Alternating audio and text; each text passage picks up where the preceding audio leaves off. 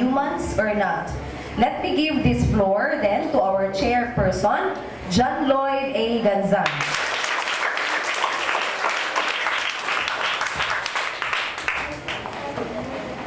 Good afternoon, everyone. We will be witnessing a debate on the issue of should humans colonize Mars. On the right side is the proposition. We have Perlam Ibay, Nel Ryan Longpera, Ijigle Ragma, Justine Salcedo, Charles Ayan Bango, and Arbina Matan. On the left, we have the opposition. Let me start with Richmond Tantan, Clarence Anderson Tulo, D.G. Boy Rosalihos, Ashley Jane Yagsam, Alexa Rabonge, and Shaina Grace Imbrano.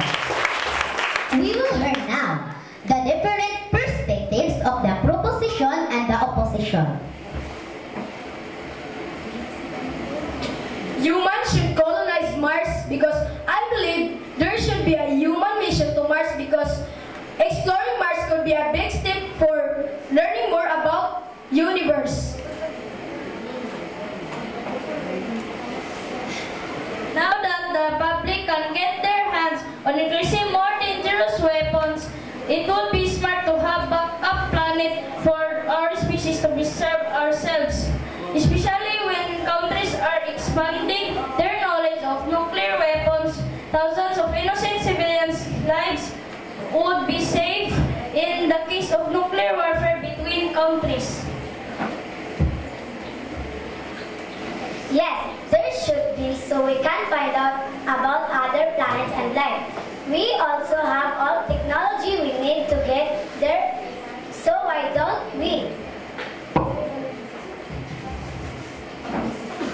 Who knows what is there under the surface of Mars? We might find minerals worth of a ton of money. We might find rare metals of elements which are not mentioned in the periodic table. Mars mention is a stepping stone to the numerous other scientific findings.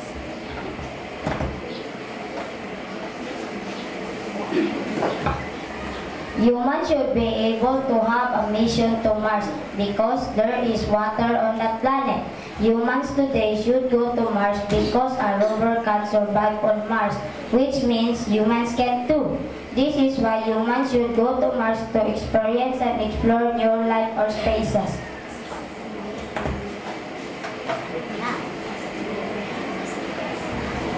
On Mars, you get extra time in the day to do the things you want to do, like sleep in. Martian days are about half hour longer than Earth days, but that's nothing compared to the extra time you get in a year 687 days versus only 365 days on Earth. And now, let us hear the opposition side.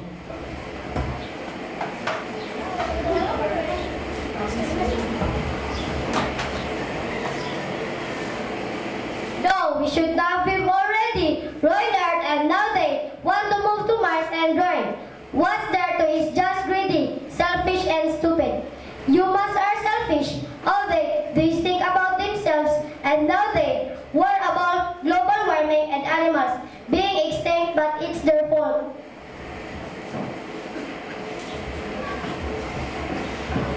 Well, we need the tools and technology at Mars that will recycle the air, water, and nutrients that will make sure that the gases like oxygen stay consistent. How can we be positive that the technology will work 100%? If we never tried this before, the technology is not quite ready. Although it's true the present technology will sustain life on Mars for a while. How long will that last? We need the money and attention for our world.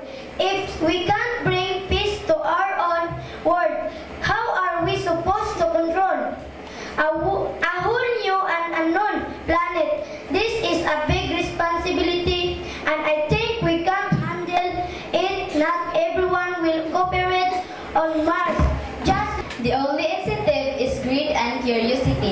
we will almost certainly gain nothing from the mission. We need the money, and going there entails a lot of money that may either end up useful or end out nothing. If we can, we should use this money to get other countries to unite. As we have known, we're fighting ISIS and now are dying.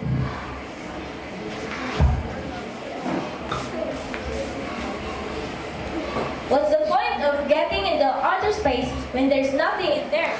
It's all about a few people trying to satisfy their ideas. There is no logical reason to go to the outer space. If the earth is going to be full of humans, we are going to die of rampant starvation, scarcity, and loss of food. That's why I want to go to Mars. I want to adventure a new world. Then I want the earth to have some place to become a planting for foods. Those people who left in the earth will live happily. If you're going to Mars for the rest of your life, you may want to explore. At the first, you may just walk. But if you get a rover, you can explore further. Over many decades, your rover will experience wear and tear and may break down. If it breaks down while you're exploring, you may be too far from home to walk before the oxygen runs out. Imagine the tiny sun is setting. You're lost on distant planet without features, and you're running out of oxygen. That is a nightmare. In my research, sending humans instead of robots to Mars because humans could make discoveries 10,000 times as fast as the best spacecraft explorers who have today. Humans should live on Mars. There were many more discoveries to be made there. We can colonize the Mars because there's a little oxygen that can breathe a person that is living in Mars. We can get a food on Earth while we in the Earth. It's just a little oxygen that can breathe a person or any human. It's not like on Earth that the air is normal. Like I say, we travel in Earth to Mars inside 1 year.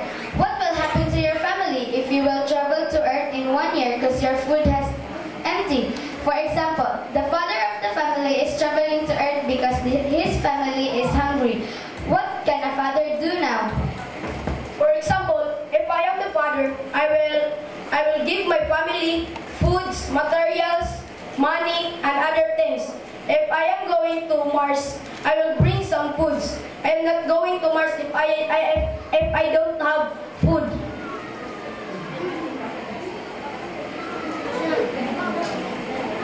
Well, many scientists believe that in the near future, humans may be able to leave Earth to live on Mars. If you decide that you might like to be among those to take part in this great adventure, there are a few these things you might want to know. The Bible said, in the beginning, God created the heavens and the earth. Thus we need to fix our own planet before we fix another one. Another reason we should go to Mars according to Tyson is to inspire the next generation of space explorers. Why we need to go Mars if we have Earth? Like what I said, the Mars have, the Earth is going to be full, and that's why we are going to Mars. How about find out about other planets and life? We also have our technology we need to get there, so why don't we? Will you all die together, or will you decide the survival of the colony and your own life is worth a few murders? How about what happened to humans should go to Mars to experience and explore new life and space? You'll have explored as far as you can, and it will eventually become a chore to go out into the desert just to walk around. Ensuring the survival of our species, putting humans on more than the one planet will better ensure our existence thousands if not millions of years from now. Once you arrive on Mars, your survival is too big. Big experiment. No one has done this before. You have to create oxygen and food literally from the rocks your life. How about being if Mars is closer to Earth? It is not that safe to make a habitat in there because we don't really know what lies on Mars. How about Mars relatively close to the Earth? Close approach is when Mars and Earth come nearest to each other, orbits around the Sun. Close is a relative term. The minimum distance from the Earth to Mars is about 54.6 million kilometers. How about over the decades, people in the colony will die and there is no guarantee that more people will come to replace them.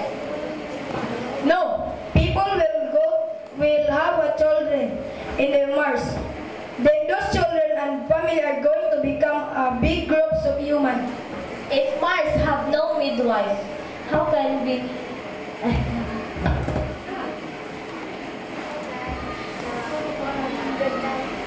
How can your wife...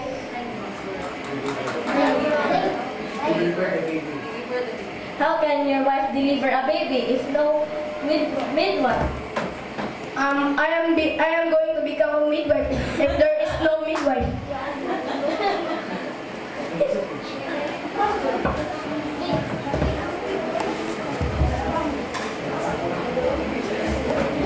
How do you get a first aid?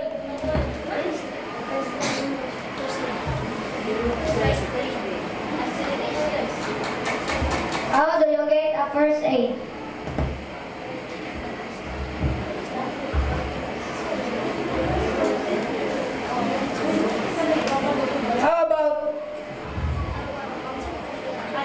How about Mars is worth a lot of money. There is an abundance of rare metals on Mars such as platinum, gold, silver, and others.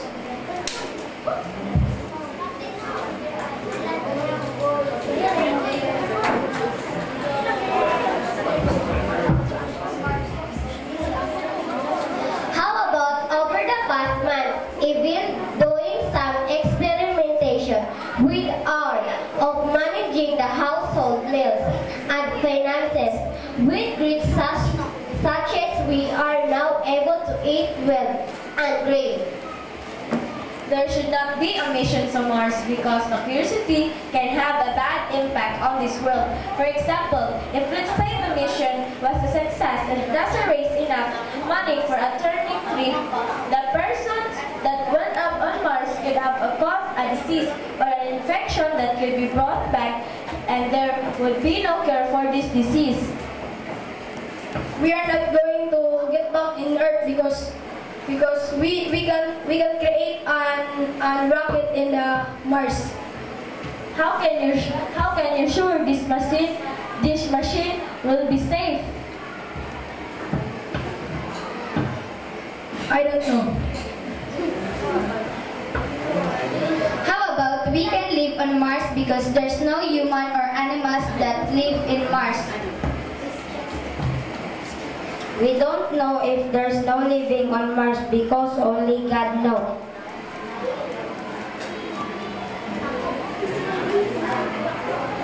How about ensuring the survival of our species?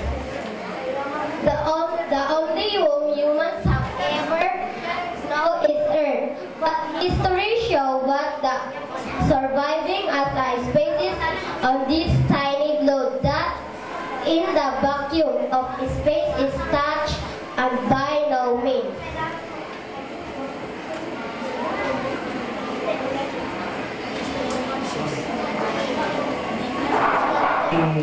Statement or the stand, any additional?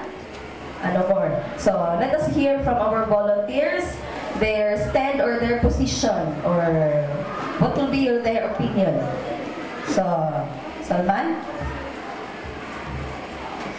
I will not go to Mars because no plants and no water. The people is having died. Any other answer? Or some more answers? Or some more ideas? Yes, Chilvan?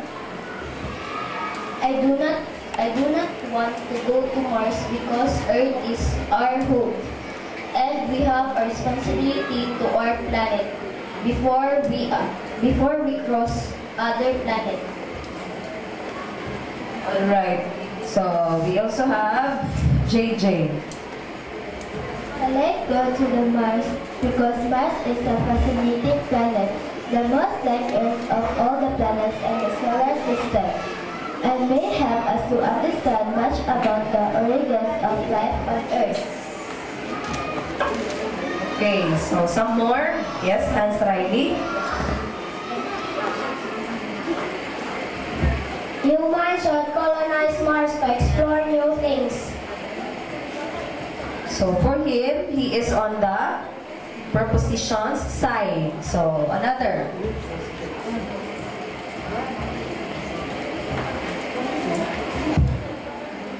I don't want to go to Mars because I was born here in planet Earth and my parents live here.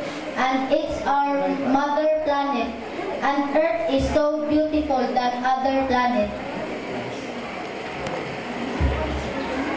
Some more. Yes. I cannot go to Mars because the Mars is dangerous. If you go to Mars, you are dead because the Mars is no food, water, plants, and animals. I don't know the Mars is safe because that is not true. Because you go to Mars, you are dead. I'm not born on Mars because I'm born on Earth. The Earth is amazing because the Earth is we have plant, water, food, animals, and oxygen. So all our stands are very amazing. So before we will end with our debate, so each one of you will write a reflection on what you have learned from our activity this afternoon.